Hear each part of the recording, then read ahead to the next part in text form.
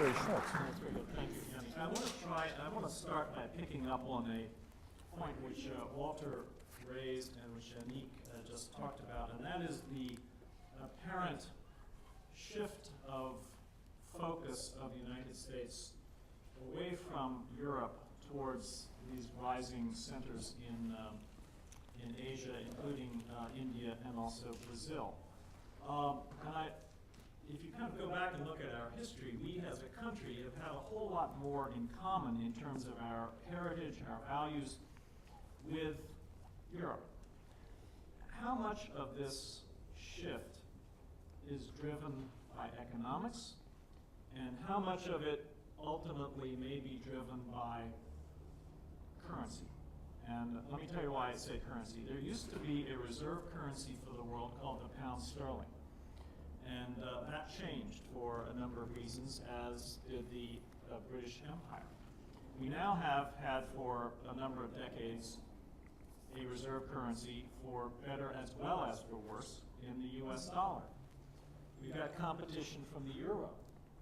We got the Chinese saying, well, wait a second, folks, we've got a currency too. Maybe we should reweight the market basket, and rather than have a reserve currency of just the dollar, maybe we ought to put the dollar and the euro and the renminbi.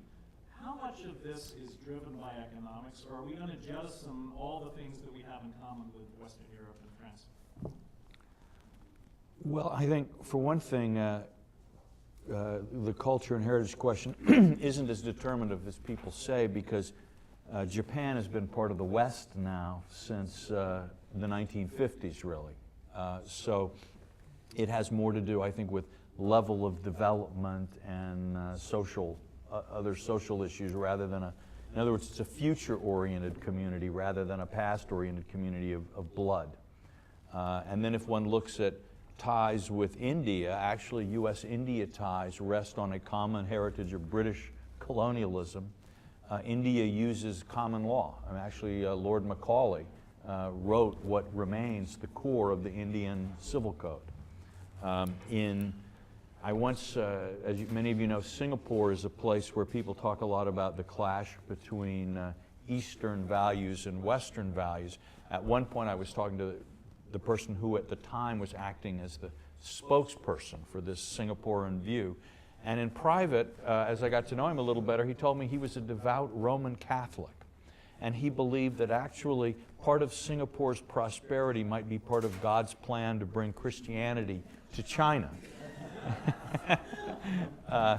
And so I'm not quite sure what we mean about Asian values when and how that differs from our own. So I think these heritage questions are less important.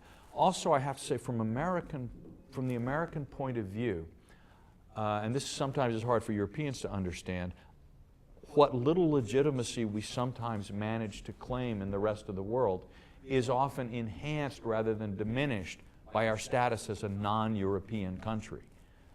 And that to some degree, the closer the United States, there's a sort of a European vision sometimes, I feel, which was that in the world today, the US and Europe will be the power couple. America will be the dad who sends Iran upstairs to bed without any dinner when it's misbehaved. And Europe will be the mom who then brings a tray of milk and cookies up a little later.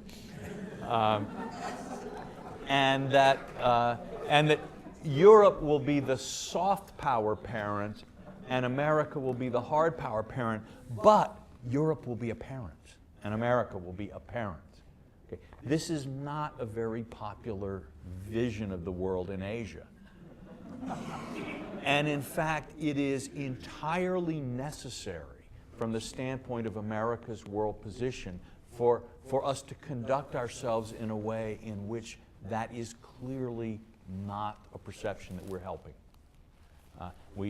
So there is a necessary differentiation. The West, as a concept, has actually, in some ways, becomes a negative factor in terms of the projection of American influence in the world. That doesn't mean that there isn't such a thing as the West, or that there aren't ways in which it's easier for an American to talk to a German or a Frenchman or a Brit than it is for us to reach a meeting of a mind with people from very different cultures. That all remains true.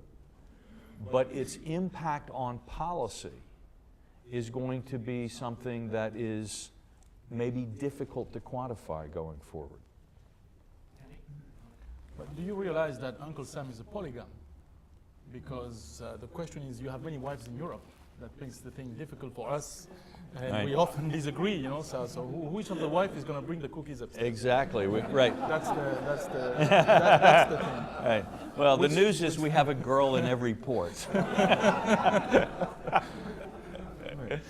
Perhaps that facilitates some operations, but we have to think together nonetheless. Right. The internet and instantaneous communications have become a problem for the U.S. because all the girls in all the different ports can compare notes. But this is where we are. I think. That leads to one question that is often overlooked and not, if you wish, analyzed as such directly, which is this the end of the Western world? Yeah. Okay? I mean, historically, the great shift of money, power, and etc. to Asia is a matter of fact, and it's a historical shift. Now, shift is like cruises. Of course, they're not sudden.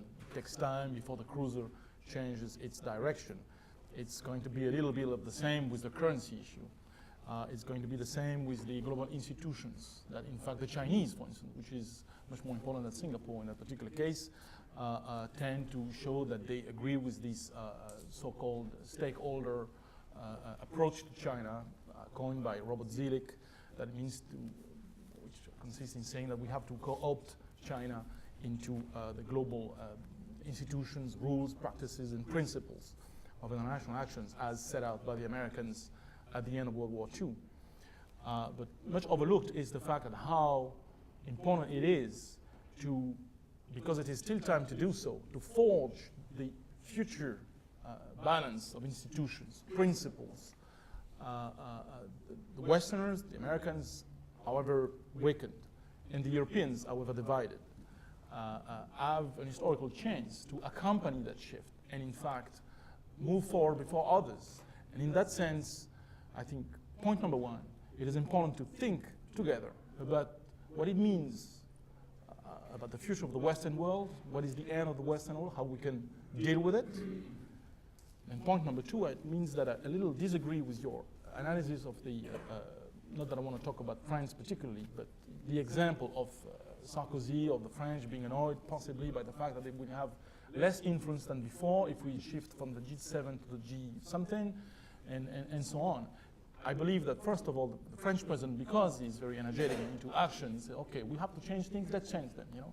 As proposed that when he holds the presidency of the G7 or 8, we'll invite other countries, India, Brazil, China, to the new G something. So the debate is about, is it going to be 14, 12, or 20?